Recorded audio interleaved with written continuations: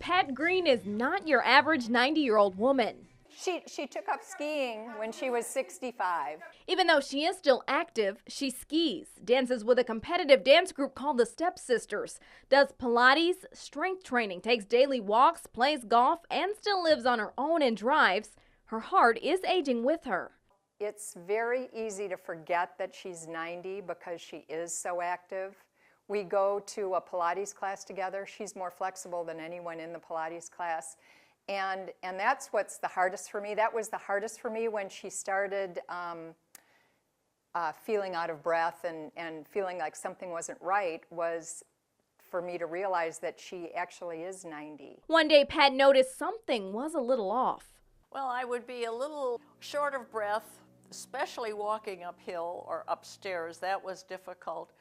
And I would try to, I used to try to walk a lot. And I was beginning to find I wasn't able to walk quite as far as I usually did. I usually could do 2 miles with ease. Pretty soon I couldn't manage that.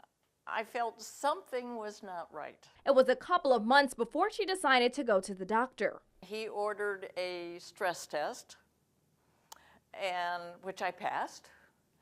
And he ordered to wear a heart monitor. She wore the heart monitor for a week. It came back with some abnormalities, but nothing was off the chart. It wasn't until something happened after one of her dance classes that really tipped her off. I'd started dancing, I'd passed all these tests, and I thought, oh, this is great. I can just go all out. And I did go all out to dance, and all of a sudden, it hit me in the chest that I was short of breath. I was a little dizzy, and I had a little pain in one shoulder. I really felt something wasn't right, and my family was then after me, and I kept saying, I'd like to go see a cardiologist. When she was saying she was short of breath, we thought, well, maybe she is a little bit out of shape, and maybe she needs to work a little bit, to exercise a little bit more. It was during a walk with her daughter Pam that Pat got a serious wake-up call. Maybe it was about 3 months before she had the cardiac procedure, and we were walking. We'd walked about a mile, and she said she has a Apple Watch, and she looked at it and said, ooh, my heart rate is 140. And I'm starting to feel a little dizzy. I'm really glad you're here with me. And that was, at that point, I thought, we need to take this a little bit more serious. That's when Pat made an appointment with a cardiologist who told her he thought she had a false positive for the stress test. One of the first things when we went to the cardiologist, and he took a look at her and he said, you don't look like you're 90, you don't act like you're 90, but your heart is 90. He then told her, I think we should do an angiogram, and the angiogram showed I had 2 blockages, about 80% blockages in the coronary artery, and they put in 2 stents at that time. Pat says she was shocked. She was healthy and active and never thought she'd have heart issues. They can affect anyone at any time. You can't go wrong seeking help. There's no, there's not a downside to being evaluated. We think everybody, just if you're an active person and you take care of all the things that you should take care of for heart health, you still need to recognize the symptoms. But the warning signs of heart disease and stroke in women can differ from the symptoms for men.